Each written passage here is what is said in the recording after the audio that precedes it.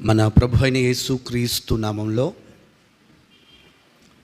ఈ ఆరాధనకి కూడి వచ్చిన మీ అందరికీ హృదయపూర్వకమైనటువంటి వందనాలండి. అందరికీ వందనాలు, దేవునికి స్తోత్రాలు. చేతులూపుతూ ప్రభుని స్తుతిస్తూ గట్టిగా హల్లెలూయా అని చెప్దామా? మరొక్కసారి ఇంకాస్త గట్టిగా చెప్దామా? ప్రభు గడిచిన దినములంతటా కాపాడి ఈ సంవత్సరపు ముగింపులోనికి మనం వచ్చాం కనుక ఈ డిసెంబర్ నెల, ఈ నెలంతా కూడా ఒక శుద్ధీకరణ నెలగా మీరు భావించి ప్రతినిత్యము ఈ సంవత్సర కాలం పాటు దేవుడు మనకు చేసిన మేలన్నింటినీ తలపోయిచు కృతజ్ఞత కలిగిన వారిగా మనం నడిపించబడుతూ ఉండాలి. అలాగే దేవుని మహాకృప చొప్పున మనల్ని మనం పరిశుద్ధపరుచుకుంటూ, మన ప్రాణాత్మ శరీర దేహాలు పరిశుద్ధపరుచుకుంటూ ప్రభు ఎదుట నిందారహితముగా కనబడినట్లుగా మనము ముందు కొనసాగించబడుతూ ఉండాలి. కనుక జాగ్రత్తగా ఈ నెలంతా కూడా ఎక్కువగా ప్రార్థనలో గడిపేదానికి ప్రయత్నం చేయండి. ప్రభు మిమ్మల్ని అందరినీ సమృద్ధి అయిన దీవెనలతో దీవించునుగాక. హల్లెలూయా, హల్లెలూయా. ఈ నెలలో దేవుడు మనకు అనుగ్రహించిన ఒక చక్కటి వాగ్దానం యెషయా గ్రంథం 55వ అధ్యాయం 3వ వాక్యం. యెషయా గ్రంథం 55వ అధ్యాయం 3వ వాక్యం చివరి లైన్ మీరు గమనించగలిగితే, దావీదునకు చూపిన శాశ్వత కృపను మీకు చూపుదును. ఇదిగో ఈ ఆరాధనలో పాలు పొంది ఈ మాటలు వింటున్న మనందరి జీవితాల్లో దేవుడు దావీదుకు చూపిన శాశ్వతమైనటువంటి కృప పరిపూర్ణంగా చూపునుగాక. చప్పట్లు కొడుతూ ఒకసారి గట్టిగా ప్రభునామాన్ని మహింపరుద్దామని అందరం పూర్ణ మనసుతో. ఆయన మనకు అనుగ్రహిస్తున్న కృప ఎలాంటిదంటే శాశ్వతమైనది. ఆ మాట గమనించాలి. దేవుడు మనకిస్తున్నటువంటి కృప శాశ్వతమైనటువంటి కృప. ఒక రోజు ఉండి ఒక రోజు కాదు. నేను ఈ మాటలు ధ్యానిస్తున్నప్పుడు, ఈ మాటలు చదువుతున్నప్పుడు, ఇదందరికీ మనకు తెలిసిన విషయమే కదా, ఇదంతా కూడా మనకు పరిచయం ఉన్నటువంటి మాటలే కదా అని నేను ప్రారంభం అనుకున్న ఈ మాట చదువుతున్నప్పుడు, కానీ ఎందుకో ప్రభు మరలా చాలా వాక్యాలు నేను ఎదుగల చెప్పాలంటే చాలా మాటలు నేను ఆలోచన చేస్తా. ఎందుకో మరలా ఈ మాట మీద దేవుడు ప్రేరేపణ కలుగజేశాడు.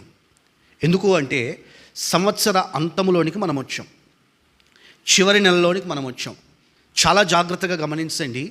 ఈ సంవత్సరపు ప్రారంభ దినములలో మనతో కూడా ఉన్నటువంటి వారు ఇప్పుడు మనతో ఉండకపోయి ఉండొచ్చు.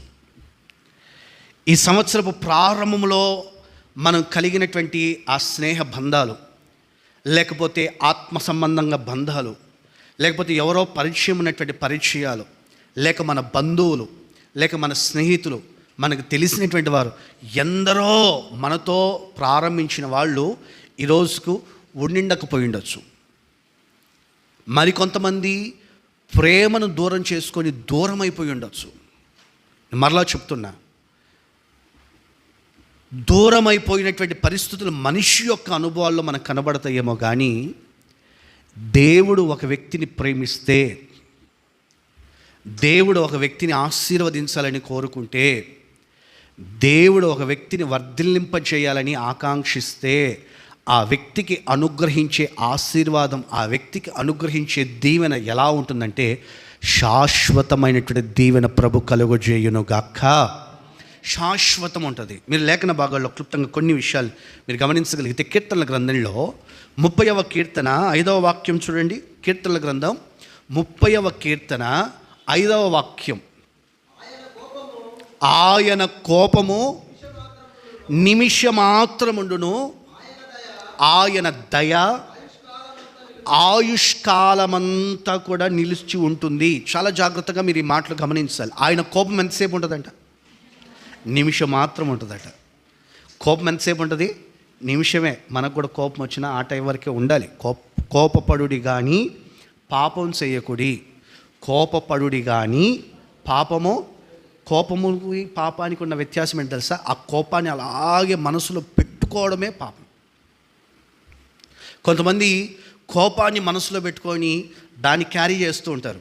కోపాన్ని మనసులో పెట్టుకొని మోస్తూ ఉంటారు. ఆ మధ్య ఇలాగే ఒక చోట ఒక ఇంటికి వెళ్ళి ప్రార్థన చేసేదానికి వెళ్ళి ప్రార్థన చేద్దామని ఆ కుటుంబాన్ని దర్శించినప్పుడు ఆ ఇంట్లో ఉన్నటువంటి ఒక పెద్ద తల్లి, ఒక పెద్దమ్మ అది కోడల్ని పిలిచి మాట్లాడుతుంది. వాళ్ళ కోడల్ని పిలిచి, అమ్మా ఇంత కాస్త అన్నం పెట్టు, ఆకలేస్తుంది అని అంటుంది. మేము ప్రార్థన చేసేదానికి వెళ్ళాము ఆ ఇంట్లోకి. ఆ తల్లి కాస్త అన్నం పెట్టు, ఆకలేస్తుంది అని చెప్పి లోపల నుంచి పిలుస్తుందండి. ఆ తల్లి ఈ సహోదరి వస్తాడులాగో అని చెప్పి గట్టి కసురుకున్నట్టుగా మాట్లాడింది. నేనుండి అన్నాను, అక్క ఒక 2 నిమిషాలు కూర్చుంటానులే, పెద్దాము ఉన్నట్టుంది, ఆకలేస్తుంది అనుకుంటా, ఇలా అంత అన్నం పెట్టి రాపో అని అంటే, ఉంటుందిలే అన్న కొద్దిసేపు అనేది. కాదులేండి అక్క, వెళ్ళండి అక్క అని అంటే, కాదులేండి నాకు కొద్దిసేపు ఉండాలిలే, అలాగే ఉంచాలే అని చేస్తాను అనిందండి. దేనికమ్మా అని అడిగా ఆమెని. 20 సంవత్సరాల క్రితం, ఎప్పుడంట, ఎప్పుడు 20 సంవత్సరాల క్రితం కొత్తగా పెళ్ళై నేను ఎదుగా ఈ ఇంటికి కోడలుగా వచ్చినప్పుడు నన్ను రాసి రంపాలు పెట్టిందన్న మా అత్త. ఇంత పప్పు ప్లేట్లో కొంచెం ఎక్కువ వేసుకొని తిన్నానంటే, అంతంత పప్పు వేసుకొని తింటారా, ముందు వెనకాల ఆలోచించేది లేదా అని మాట్లాడుతుందంట. ఎప్పుడు 20 సంవత్సరాల క్రితం ఇంత కాస్త పప్పు ఎక్కువ వేసుకుంటే ఈ మాటలు మాట్లాడేదన్నా. కొంచెం మంచి బట్టలు కట్టుకుంటే ఎక్కడికో సింగారించుకొని వెళ్తున్నావు అని చెప్పి మాట్లాడేదంట. ఇప్పుడు కాదండి, ఇప్పుడు కాదు, కాలం అంతా అట్లాగే గడుస్తూ వచ్చిందన్న. ఇప్పుడు నాకు అవకాశం వచ్చింది, మూలన పడింది, లేవలేకపోతుంది ముసలిది, ఇప్పుడు మూలన పడింది, ఇప్పుడు నాకు అవకాశం వచ్చిందన్న, ఇప్పుడు చూపించాలి దానికి, ఇప్పుడు నేనే దిక్కైపోయా. ఎప్పటివంతా మనసులో పెట్టుకున్నారండి. 20 సంవత్సరాల కోపం, 20 సంవత్సరాల పగ, 20 సంవత్సరాల ద్వేషం, 20 సంవత్సరాల ముందు జరిగిన వాటన్నిటిని మనసులో పెట్టుకొని సాధిస్తున్నటువంటి పరిస్థితులు ఈ రోజున మనిషి యొక్క పరిస్థితుల్లో మనం చూస్తాం. కానీ మనం ఆరాధన చేసే దేవుని లక్షణం ఏంటో తెలుసా? ఆయన కోపము నిమిషం మాత్రమే ఉంటుంది. దేవునికి స్తోత్రం. ఆయన బిడ్డలుగా మన జీవితాల్లో కూడా ఎవరి మీద, నేను కూడా కోప్పడతా, పిల్లల్ని కోప్పడతా, సరిగ్గా సౌండ్ సిస్టమ్ పెట్టకపోతే, సరిగ్గా మందిరం ఓడవకపోతే, సరిగ్గా ఏదైనా పరిచర్య చేయకపోతే, సరిగ్గా ఏదైనా వారు నడిపించబడవలసినటువంటి ప్రార్థన అనుభవాలు నడిపించబడకపోతే, ఏయ్ మోకరించు అని చెప్పి కోప్పడతా. అప్పటి వరకే, మరలా చెప్తున్నా, అప్పటి వరకే దాన్ని ఏమంటారు, మోసుకుంటూ వెళ్ళిపోను. హృదయపూర్వకంగా నేను చెప్పగలుగుతున్నాను ఆ మాట. మోసుకుంటూ వెళ్ళడండి. ఆ సమయానికి కోప్పడతా, ఆ సమయానికి గద్దిస్తా, ఆ సమయానికి చెప్తా. ఎందుకంటే చెప్పే స్థానంలో ఉన్నాను కనుక చెప్తా ఆ మాట కూడా.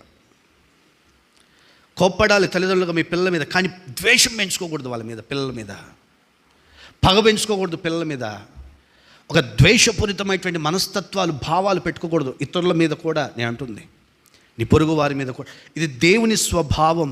ఆయన పిల్లలుగా మన జీవితాల్లో కూడా అట్టి స్వభావము కలిగి నడిపించబడుదుము గాక. ఆయన కోపము నిమిషమాత్రముండును, ఆయన దయ, చెప్పాలి అందరు నోటితో చెప్పండి, ఎంతకాలం ఉంటుందంటే చెప్పండి, ఆయుష్కాలమంతా కూడా దేవుని దయ నీ మీద నిలిచి ఉండును గాక. నా తల్లిదండ్రుల దయ అనుకుందాం, ఇప్పుడు మా నాన్నగారు లేరు, ఇప్పుడు మా నాన్న దయ నా మీద ఉంటుందా? లేరు కదా. ఇప్పుడు మా చెల్లి ఎక్కడో ఉంది, మా చెల్లి దయ నా మీద ఉంటుందా? ఎక్కడో ఉంది. నాకు ఆకలి వేస్తుందంటే అక్కడ నుంచి ఏమైనా ఇంత వంట చేసి ఏమైనా పెట్టగలుగుతుందా? మా చెల్లి దయ ఉందా? వ్యక్తుల యొక్క దయ కొన్నిసార్లు దూరం అయిపోతూ ఉంటుంది మనకి. కానీ దేవుడు ఒక వ్యక్తి మీద దయ చూపితే అది మన ఆయుష్కాలం అంతా కూడా నిలిచి ఉండును గాక. దేవుని దయ ఆయుష్కాలం అంత ఉంటుంది. శాశ్వతమైనటువంటి కృప దేవుడు మనకు చూపుతాడు. మనం పరిశుద్ధ గ్రంథంలో మనం గమనించి పరిశీలన చేసి చూస్తే, శాశ్వతమైన ప్రేమతో నేను నిన్ను ప్రేమించుచున్నాను గనుక విడువక నీ ఎడల కృప చూపుచున్నాను అని మాటలు మనకు కనబడతాయి. ఎలా ప్రేమిస్తున్నాడంటే దేవుడు మనల్ని, శాశ్వతమైన ప్రేమ. ఇవన్నీ మన మనసులో ఉండాలి. ఆయన మనతో కూడా ఉంటారని ప్రమాణం చేశాడు. మత్తయి సువార్త 28వ అధ్యాయం చివరి వాక్యాన్ని మీరు గమనించగలిగితే వ్రాయబడిన చక్కటి మాట, యుగ సమాప్తి వరకు ఎంతకాలము సదాకాలము నేను మీతో కూడా ఉంటాను. యుగ సమాప్తి వరకు సదాకాలము నేను మీతో కూడా ఉన్నాను అని ఆయన ప్రమాణం చేస్తున్నాడు. సదాకాలము ఆ మాట నోట్ చేయండి. ఒకరోజు 2 రోజులు కాదండి దేవుడిచ్చే ఆశీర్వాదం ఉండేది. శాశ్వత కాలం దేవుడిచ్చే ఆశీర్వాదం మన మీద నిలిచి ఉండునుగాక. దేవుని ఆశీర్వాదం కోసం పరితపిద్దాం. మనుషులు చేస్తే కొంతవరకే ఉంటుందేమో. ఏ వస్తువైనా మీరు గమనించి పరిశీలన చేసి చూడండి, ఎక్స్పైరీ డేట్ దాని మీద కనపడుతుంది మనకి. సెల్ ఫోన్ తీసుకున్నాం అనుకోండి, షాప్కి వెళ్ళి వారంటీ ఉందా బ్రదర్, ఈ ఫోన్ నేను ఇంత డబ్బులు పెట్టి నేను కొంటున్నా కదా, వారంటీ ఉందా అని చేశానంటే, సంవత్సరం ఇస్తాం బాబు గ్యారంటీ అంటాడు. సంవత్సరం తర్వాత ఆ ఫోన్ ఏవైనా సరే మాది జవాబుదారీ కాదు. ఇన్ని డబ్బులు పోసుకున్నాం కదా అంటే అందుకని సంవత్సరం ఇస్తున్నాం, సంవత్సరం తర్వాత మాకు సంబంధం లేదు. చూడండి, ఒక వస్తువు కొన్నాం కాబట్టి ఇక సెట్ అయిపోయాం అని మనం అనుకుంటే కాదండి. అది మనుషుల ప్రేమ. 99 సార్లు ఒక వ్యక్తికి నువ్వు సహాయం చేయి, ఒక్కసారి ఏదో పరిస్థితులను బట్టి చేయలేకపోయి ఉండొచ్చేమో నువ్వు. ఆ ఒక్కసారిని బట్టి నిన్ను ద్వేషించే వాళ్ళు చాలామంది ఉంటారు. నాకు తెలిసిన కొంతమంది, నేను ఇలా పరిచయలో తిరుగుతూ ఉన్నప్పుడు ఆయా సందర్భాల్లో కొంతమంది నా దగ్గరకు వస్తారు. అప్పుడప్పుడు వచ్చి, అన్న ఒక 1000 రూపాయలు ఉంటాయి అంటారు. సీరియస్గా ఏదో బాకీ ఉన్నట్టు నన్ను అడుగుతారండి. ఓ 1000 రూపాయలు ఉంటాయి అని అడుగుతారు నన్ను. అడిగితే బ్రదర్ లేవు బ్రదర్ అని చెప్పి నేను అన్నా అనుకో, అంతేనన్నా దేవుని ప్రేమ మీరు చూపించలేరు, దేవుని ప్రేమ మీకు లేదు, దేవుని ప్రేమ ఉంటే అసలు టక్కున తీసి ఇచ్చేస్తారు. ఒరే ఎన్నిసార్లు ఇచ్చాను రా నీకు, ఎన్నిసార్లు ఇచ్చాను, ఇప్పటికే కొన్ని 100 సార్లు ఇచ్చింటానేమో కదా ఇలాంటి 1000 రూపాయలు. ఇప్పుడు నిజంగా లేవు అందుకని లేవురా అని చేస్తానంటే దేవుని ప్రేమ లేదన్నా నీకు అని మాట్లాడతారండి. టక్కుని తీసి ఇప్పుడు నేను 2000 నేను నీకు ఇచ్చాను అనుకో, దేవుని ప్రేమ వచ్చేస్తుందా వెంటనే అని అంటే వచ్చేస్తుందన్నా అంటాడు. ప్రేమ బంధాలన్నీ డబ్బుతో ముడిపడ్డాయేమో, కానీ దేవుడు మనల్ని అలా ప్రేమించట్లేదండి. దేవుడు మనల్ని అలా ప్రేమించట్లా. శాశ్వతమైన ప్రేమతో దేవుడు మనలందరినీ ప్రేమిస్తూ ఉన్నాడు. దేవునికి స్తోత్ర. సదాకాలం ఆయన మనతో కూడా ఉంటారని ప్రమాణం చేశాడు. ఆయన దయ మన ఆయుష్కాలం అంతా చూపుతూ ఉన్నాడు. ఆయన మనకు చేసే ప్రతి కార్యం శాశ్వత కాలముగా ప్రభు చేస్తూ ఉన్నాడు. కనుక దావీదుకు చూపిన శాశ్వతమైన కృప ఈ సంవత్సరం ముగించబడుతుంది. చివరి నెలలోకి మనం వచ్చేసాం. ఇక అయిపోతుంది. ఈ సంవత్సరంలో ఏమంటారు, ఉన్నవన్నీ కూడా ఇదిగా అయిపోతున్నాయి, ఇక ఇది అయిపోతుంది అది అయిపోతుంది అని చెప్పి మనం ఆలోచన చేస్తూ ఉంటాం. కానీ దేవుని యొక్క కృప శాశ్వత కాలం. సంవత్సరం గతించిపోవచ్చేమో కానీ, లోకము గతించిపోవచ్చేమో కానీ, శాశ్వత కాలము దేవుడు నీ మీద తన కృప చూపునుగాక. దావీదు పక్షములో దేవుడు తన కృప చూపాడు. ఆ కృప ఎప్పుడు ఆయన దూరం చేయాల. పొరపాటు చేస్తే గద్దించాడేమో, బుద్ధి చెప్పాడేమో, సరి చేసాడేమో, కానీ కృపను మాత్రం దూరం చేయాల. చాలా జాగ్రత్తగా మనం గమనించాలి ఈ మాటలు. కృపను మాత్రం దూరం చేయలేదండి. దేవుడు మన పక్షముగా కూడా అట్టి కృపను కలుగజేయునుగాక. చూడండి, తరాలు మారాయి, యుగాలు మారాయి. కానీ అక్కడ మీరు గమనించగలిగితే దేవుడు దావీదుకు చూపినటువంటి ఆ కృప ఎలా ఉందో చాలా చక్కగా మీరు గమనించారు. లూకాసు వార్తలో 1వ అధ్యాయం, లూకాసు వార్త 1వ అధ్యాయం 31, 32, 33 వాక్యములను మీరు గమనించగలిగితే, లూకాసు వార్త 1వ అధ్యాయం 31, 32, 33 వాక్యాలు. ఇదిగో నీవు గర్భము ధరించి కుమారుని కని ఆయనకు యేసు అని పేరు పెట్టుదువు. నోట్ చేయండి ఆ మాట. ఆయన యేసు గొప్పవాడై సర్వోన్నతుని కుమారుడు అనబడతాడు. ప్రభువైన దేవుడు, నోట్ చేయండి అన్నమాట, ఆయన తండ్రి అయిన దావీదు సింహాసనమును ఆయనకిచ్చెను. ఆ మాట నోట్ చేయండి. తండ్రి అయిన దేవుడు ప్రభువైన యేసుక్రీస్తుకు ఒక సింహాసనం ఇస్తున్నాడు. ఏమిటి ఆ సింహాసనం అని ఇక్కడ మనం గమనించి పరిశీలన చేసి చూస్తే చాలా స్పష్టంగా గ్రంథస్థం చేయబడిన చక్కటి మాట అక్కడ మీరు గమనించగలిగితే, దావీదు యొక్క సింహాసనాన్ని శాశ్వత కాలం నిలిచి ఉండునట్లుగా యేసుక్రీస్తుకు అనుగ్రహించాడు. చప్పట్లు కొడుతూ ప్రభునామాన్ని మహింపరుద్దామా? దేవుడు ఒక వ్యక్తి మీద తన కృపను శాశ్వత కాలం ప్రత్యక్షపరిస్తే అది ఎంతవరకు ఉంటుందంటే, ఒక తరం కాదు, ఒక యుగం కాదు, యుగ యుగాలు. ఆ మాట గమనించాలి మనం. యేసుక్రీస్తు శాశ్వతుడు. ఆ మాటలు మీరు ఆ తర్వాత 33వ వాక్యం కూడా గమనించండి. ఆయన యాకోబు వంశస్థులను ఎంతకాలం అంటండి? ఇప్పుడు దావీదు సింహాసనము యుగ యుగములు ఉంటుంది అనే మాట అక్కడ మనం గమనించాలి.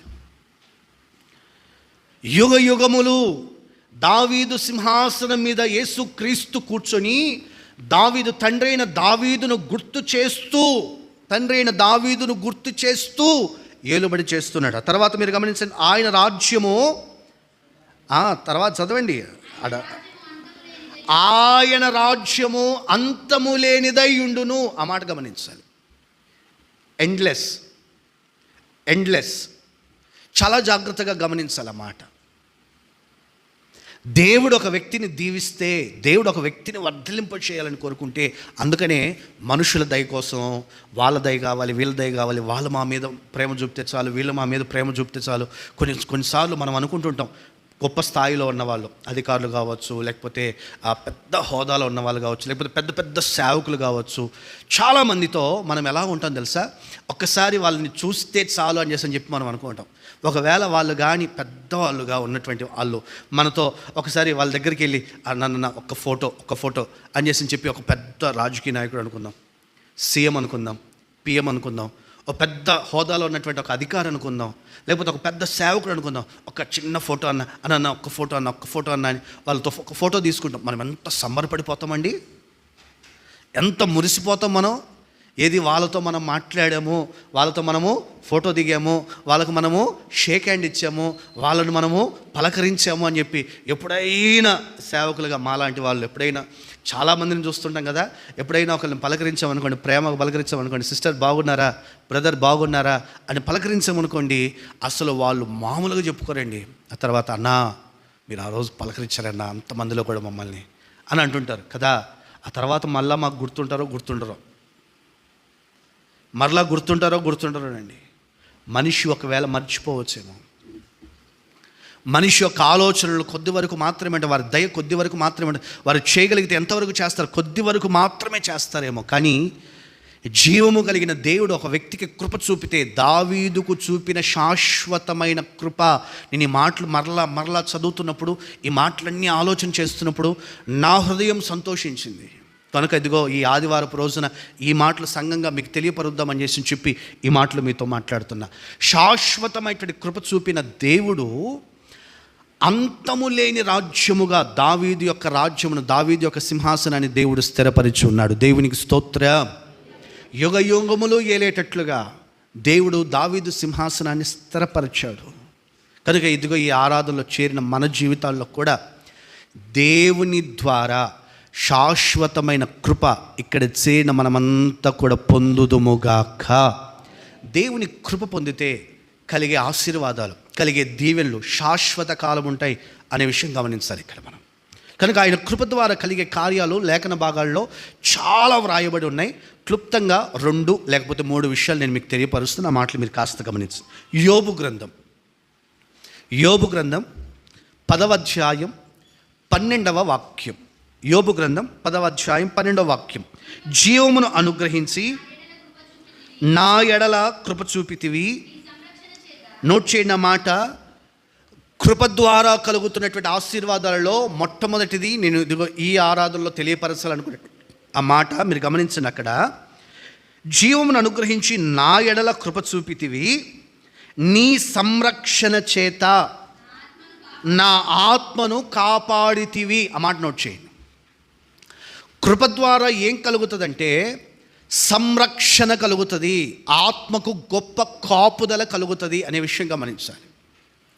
నేను కాపాడబడాలి, నేను సంరక్షించబడాలి, గొప్ప గొప్ప క్షేమం నేను పొందుకోగలగాలి అని ఒక వ్యక్తి తలంచితే ఆ వ్యక్తి దేవుని కృపకు పాత్రుడిగా మార్చబడాలి. దేవునికి స్తోత్రం. అందుకని ప్రతిరోజు, ప్రతి నిత్యం, ప్రతి ఉదయం, అనునిత్యము దేవుని కృప పొందుకునేటట్లుగా మనం నడిపించబడాలి. కృపకు అప్పగించుకుంటుండాలి. కృపను గూర్చి పాడాలి, కృపను గూర్చి స్తుతించాలి. కృప కలుగునుగాక, కృప కలుగునుగాక, కృప కలుగునుగాక, కృప కలుగునుగాక అని దేవుని కృప కొరకు పరితపించాలి. కారణం ఏంటో తెలుసా? కృప ఏ వ్యక్తి జీవితంలో అయితే ఉంటుందో ఆ వ్యక్తి జీవితం సంరక్షించబడునుగాక. కృప ఏ వ్యక్తి జీవితంలో అయితే ఉంటుందో ఆ వ్యక్తి యొక్క ఆత్మ కాపాడబడునుగాక. దేవుని ద్వారా ఒక వ్యక్తి దీవించబడితే ఆ వ్యక్తి దీవెన ఎదుగు ఇలా ఉంటుంది, సంరక్షణ కలుగుతుంది. మీరు లేఖన భాగాల్లో మీరు గమనించి పరిశీలన చేసి చూస్తే ద్వితీయోపదేశకాండము 6వ అధ్యాయం 24వ వాక్యాన్ని గమనించండి. ద్వితీయోపదేశకాండము 6వ అధ్యాయం 24వ వాక్యం. మనకు నిత్యము మేలు కలుగుటకై, నోట్ చేయన మాట, యెహోవా నేటివలే మనం బ్రతికించున్నట్లు మన దేవుడైన యెహోవాకు భయపడి ఈ కట్టడలన్నిటినీ గైకొనవలనని మనకు ఆజ్ఞాపించెను. చాలా జాగ్రత్తగా మీరు గమనించండి. మనకు నిత్యము మేలు కలుగుటకై, ఆ మాట గమనించండి. ఆ తర్వాత ఉన్నటువంటి విషయాన్ని కూడా మీరు కాస్త గమనించండి. యెహోవా నేటివలే, ఈ రోజున మనం బ్రతికున్నామంటే అది కేవలం దేవుని మహాకృపని మాత్రమే తలంచాలి. దేవునికి స్తోత్రం. నేటివలే, నేటివలే దేవుడు మనల్ని కాపాడుతున్నాడు, సంరక్షిస్తున్నాడంటే చాలా సంతోషించాలి. మీరు అనొచ్చు, పాస్టర్ గారు నేటివలే అని అంటే, నేను చాలా సందర్భాల్లో నేను కూడా ఆలోచన చేస్తుంటుంది. ఇలా పుట్టినరోజులప్పుడు నా దగ్గరకు వస్తుంటారా, ప్రార్థన చేస్తూ ఉంటా వాళ్ళకు, ప్రభా ఈ దినమున కలిగిన ఈ సంతోషం అని. ఈ దినమున కలిగిన పుట్టినరోజు అప్పుడు హ్యాపీగా ఉంటారు, సంతోషంగా ఉంటారు, కొత్త బట్టలు వేసుకొని ఉంటాడు, అసలు కేక్ కట్ చేస్తాడు, అలా ఉంటాడు, ఇలా ఉంటాడు అని చెప్పి నేను అనుకొని, ప్రభా ఈ రోజు కలిగిన ఈ సంతోషం శాశ్వత కాలం ఇతని మీద ఉండాలి ప్రభా అని చెప్పి నేను ప్రార్థన చేస్తానా. ప్రార్థన చేసి కేక్ కట్ చేసే లోపు 4 సార్లు ఏడ్చింటాడు. ఎందుకో తెలుసా? వాళ్ళమ్మ కేక్ మొత్తం నేనే ఏది కేక్ కట్ చేయకముందే కేక్ మొత్తం నేనే తింటానమ్మా, ఎవరికి ఇవ్వద్దు అని చెప్పి వాడుతుంటే, అలా అనకూడదు అని చేశారంటే వాడు ముఖం మార్చుకొని మూలలో కూర్చొని ఏడుస్తూ ఉంటాడు. దేనికోసం? కేక్ కోసం. నేనేమనుకుంటా, ఈ దినమున కలిగిన ఈ దినం ఎలా ఉంది పాస్టర్ గారు, మాకు బాధ ఉంది పాస్టర్ గారు అని మీరు అనొచ్చు. కానీ ఇక్కడ వ్రాయబడిన ఈ మాటలో యెహోవా నేటివలే మనలను బ్రతికించున్నట్లు అని రాయబడినటువంటి మాటలో రాయబడిన ఆంతర్యం ఏంటి తెలుసా? నేడు నీ మనస్సులో బాధ ఉందేమో, నీ మనస్సులో ఇబ్బందికరమైనటువంటి పరిస్థితులు చోటు చేసుకుని ఉన్నాయేమో, వాటన్నిటిలో కూడా నేడు దేవుడు తన సంరక్షణ కలుగజేయునుగాక. చప్పట్లు కొడుతూ గట్టిగా ప్రభునామాన్ని మహింపరుద్దామా అండి. మనకు నిత్యము మేలు కలుగునట్లు, నేటి వలె మనం బ్రతికి ఉండునట్లుగా దేవుని యొక్క ఆజ్ఞల్ని మనం అనుసరించి నడిపించబడాలి. యెహోషువ గ్రంథంలో 24వ అధ్యాయం 17వ వాక్యం మీరు గమనించండి. అక్కడ వ్రాయబడిన చక్కటి మాటను, ఐగుప్తు దేశమును దాసుల గృహములో నుండి మనలను మన తండ్రులను రప్పించి మన కన్నుల ఎదుట గొప్ప సూచక క్రియలను చేసి మనము నడిచిన మార్గములన్నిటిలోనూ మనము వెళ్ళిన ప్రజలందరి మధ్యలో మనలను కాపాడిన దేవుడు. చప్పట్లు కొడదామా గట్టిగా గట్టిగా ప్రభునామాన్ని మహింపరుస్తూ కొట్టాలి. మనలను కాపాడిన దేవుడు, మనల్ని కాపాడుతున్న దేవుడు, మనల్ని కాపాడగలిగిన దేవుడు. చూడండి, అక్కడ చాలా స్పష్టంగా మనము నడిచిన మార్గములన్నిటిలోనూ మనం వెళ్ళిన ప్రజలందరి మధ్యను మనలను కాపాడిన యెహోవాయే మన దేవుడు. నేటివలే అనంటే ఆయన ఎవరు అంటే కాపాడగలిగిన దేవుడు. ఈరోజు నీవు కన్నీళ్ళు విడుస్తున్నావా? నాకు తెలియకపోవచ్చు. నువ్వు ఇక్కడికి ఏ వేదనతో వచ్చావో, మనసులో ఏ ఆవేదన కలిగి ఉన్నావో, ఏ ఇబ్బంది నీ కుటుంబంలో చోటు చేసుకుందో, ఏ వేదనతో నీవు ఇక్కడికి వచ్చున్నావో, ఎలాంటి బాధతో ఈ ప్రార్థన అయిపోయిన తర్వాత ఇదిగో ఈ సమస్య ఉందే, దీన్ని నేను ఎలా సార్ట్అవుట్ చేసుకోవాలి, ఎలా క్లియర్ చేసుకోవాలి, ఇప్పుడైతే వచ్చాను దేవుడి మందిరానికి అని నీవు ఆలోచన చేస్తున్నావు కదా, నీకంటే ముందుగా దేవుడు తన సంరక్షణ నీకు కలుగజేయునుగాక.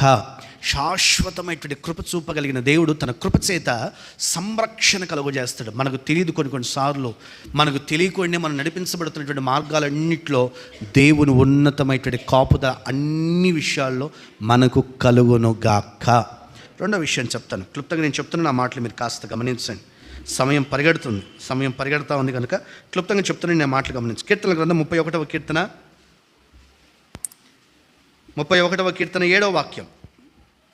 నీవు నా బాధను, కీర్తనల గ్రంథం 31వ కీర్తన 7వ వాక్యం. నీవు నా బాధను దృష్టించి ఉన్నావు, నా ప్రాణ బాధను నీవు కనిపెట్టి ఉన్నావు, కావున నోట్ చేయన మాట, నీ కృపను బట్టి నేను ఆనందభరితుడనై సంతోషించెదను. చాలా జాగ్రత్తగా గమనించండి. మొదట కృప ద్వారా సంరక్షణ కలుగుతుంది, రెండవది సంతోషం కలుగుతుంది.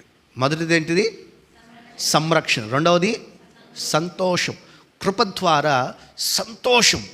దేవుడు మీ నోటి నిండా నవ్వును కలుగజేయునుగాక.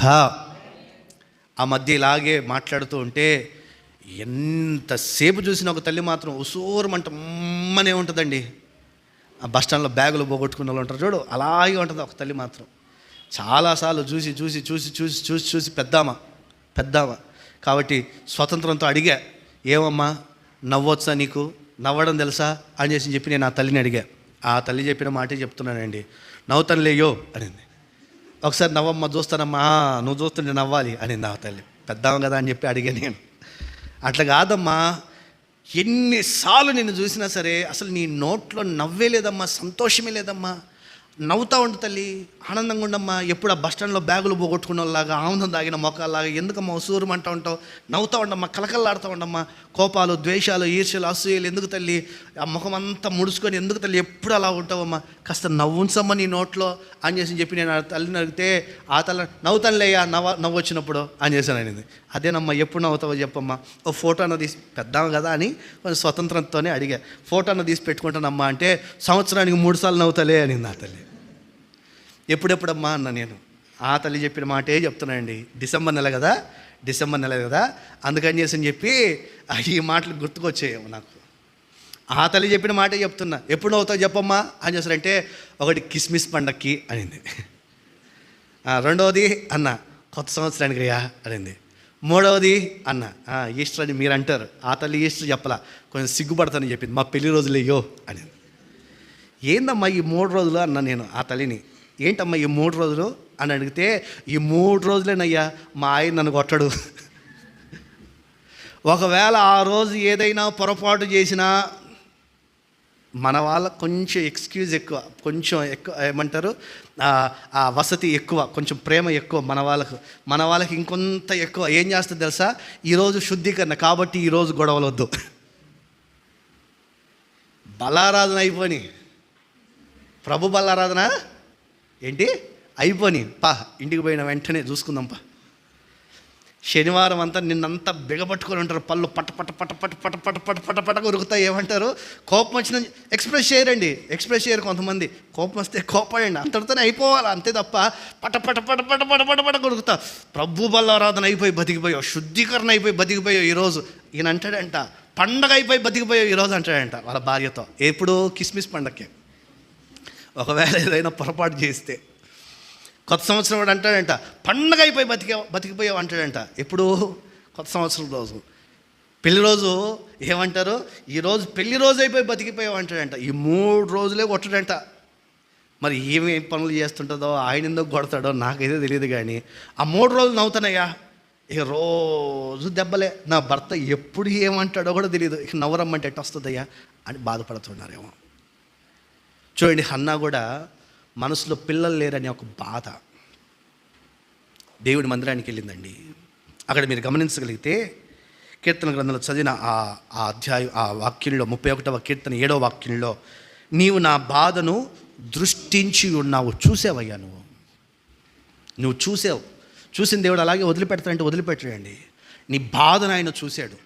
నీవు అనుకోవచ్చు, నా బాధ ఎవరికి తెలియదు, నన్ను కనీసం ఎవడు అర్థం చేసుకోలేకపోతున్నాడు, నా భర్త నన్ను అర్థం చేసుకోలేకపోతుంది, నా భార్య నన్ను అర్థం చేసుకోలేదు, నా పిల్లలు, నా ఆర్థిక స్థితి ఏంటి, నా స్తోమత ఏంటి అనేది కూడా అర్థం చేసుకోకుండా ఇష్టం వచ్చినట్లుగా మాట్లాడుతున్న నా పిల్లలు నన్ను అర్థం చేసుకోలేకపోతున్నారు, నా బంధువులు నన్ను అర్థం చేసుకోలేకపోతున్నారు, లేక విశ్వాసిగా నా సేవకుడు నన్ను అర్థం చేసుకోలేకపోతున్నాడు, లేకపోతే సేవకుడిగా నా విశ్వాసులు నన్ను అర్థం చేసుకోలేకపోతున్నారని చెప్పి మనం చాలా సందర్భాల్లో మన మనసులో ఉన్న బాధ ఎవరితో చెప్పుకోవాలో అర్థం కాక లోపట మదన పడిపోతూ ఉంటామేమో.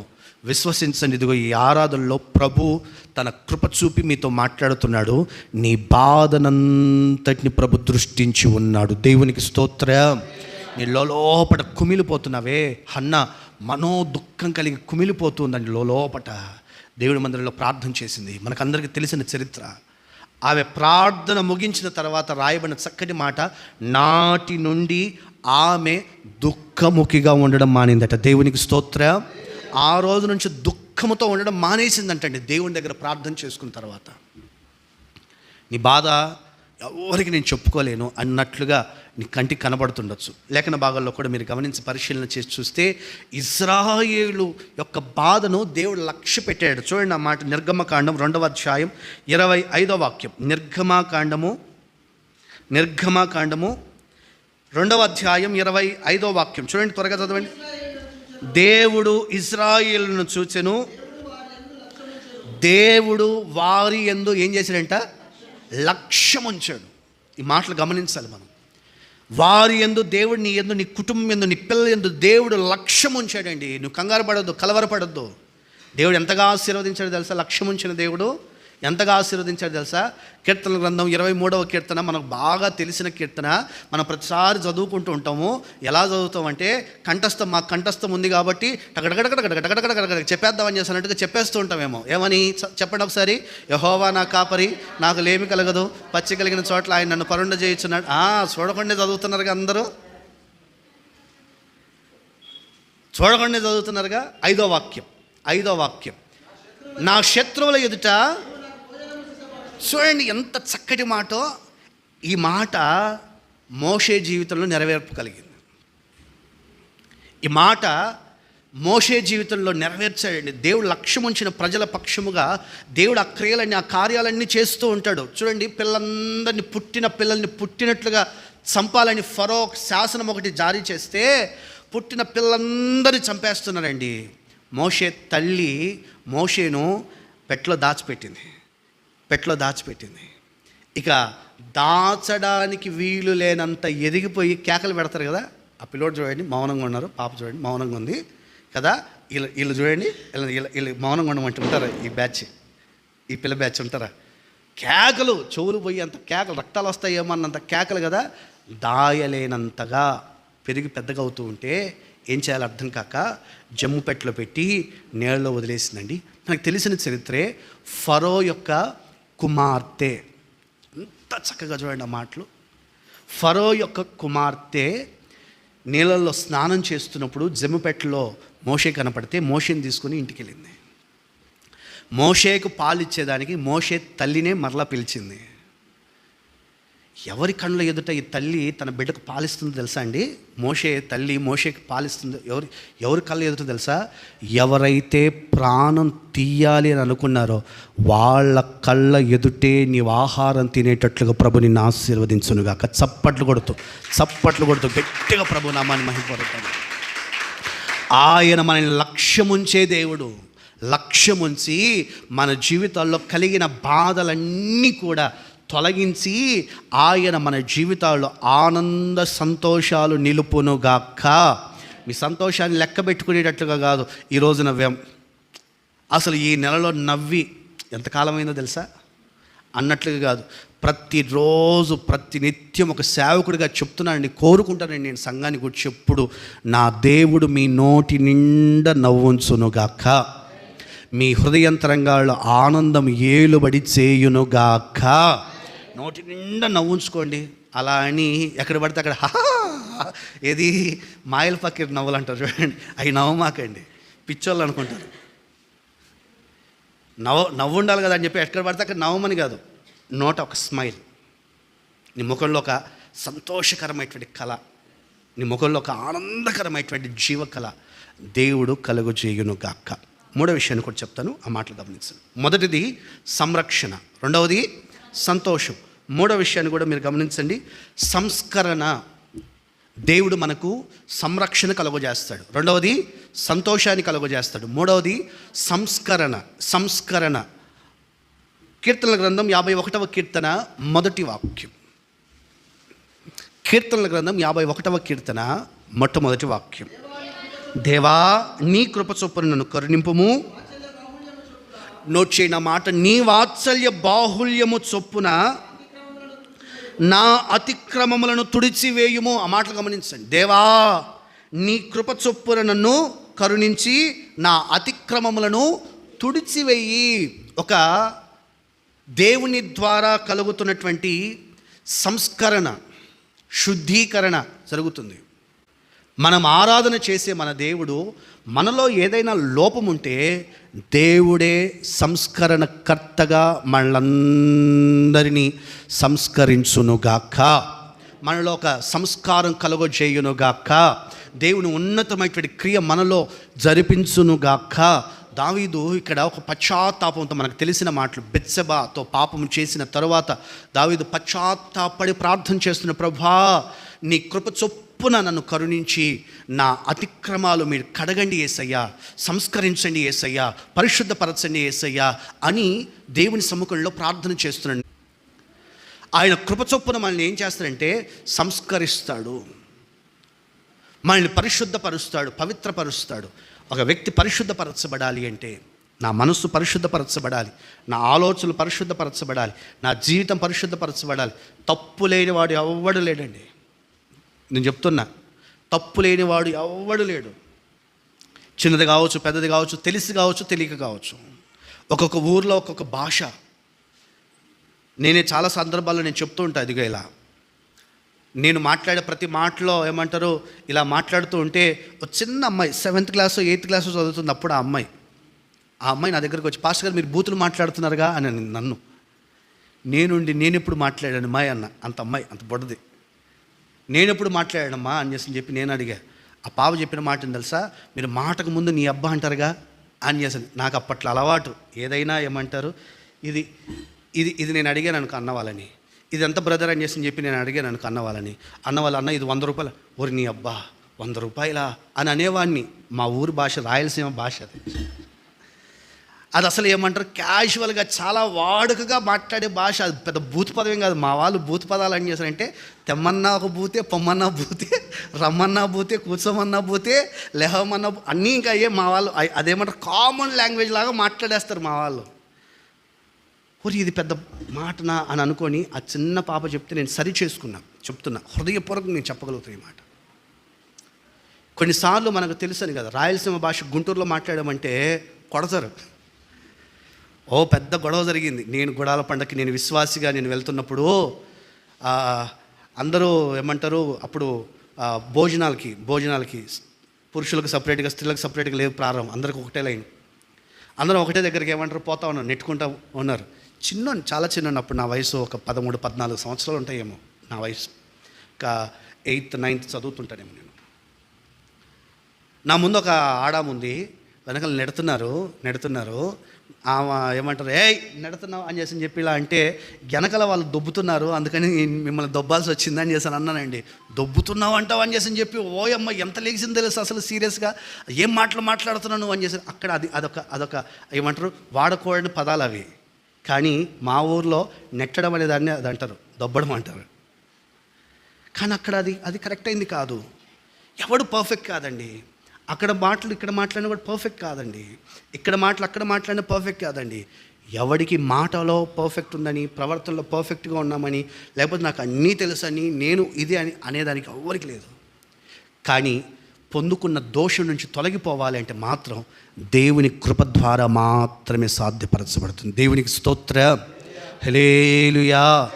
దేవుని కృప ద్వారా మాత్రమే సాధ్యపరచబడుతుంది. అందుకని దావీదు అంటాడు, అయ్యా నీ కృప చొప్పున నన్ను కరుణించి నా అతిక్రమములను తుడిచివేయండి అని చెప్పి ఆయన అంటాడు. 8వ వాక్యాన్ని చూడండి, 8వ వాక్యం, అలాగే 10వ వాక్యం కూడా చూడండి. 51వ ఉత్సాహ సంతోషములు నాకు వినిపింపుము, అప్పుడు విరిచిన ఎముకలు హర్షిస్తాయి. 10వ వాక్యం, దేవా నాయందు శుద్ధ హృదయము కలుగజేయము, నా అంతరంగములో స్థిరమైన మనస్సును నూతనముగా.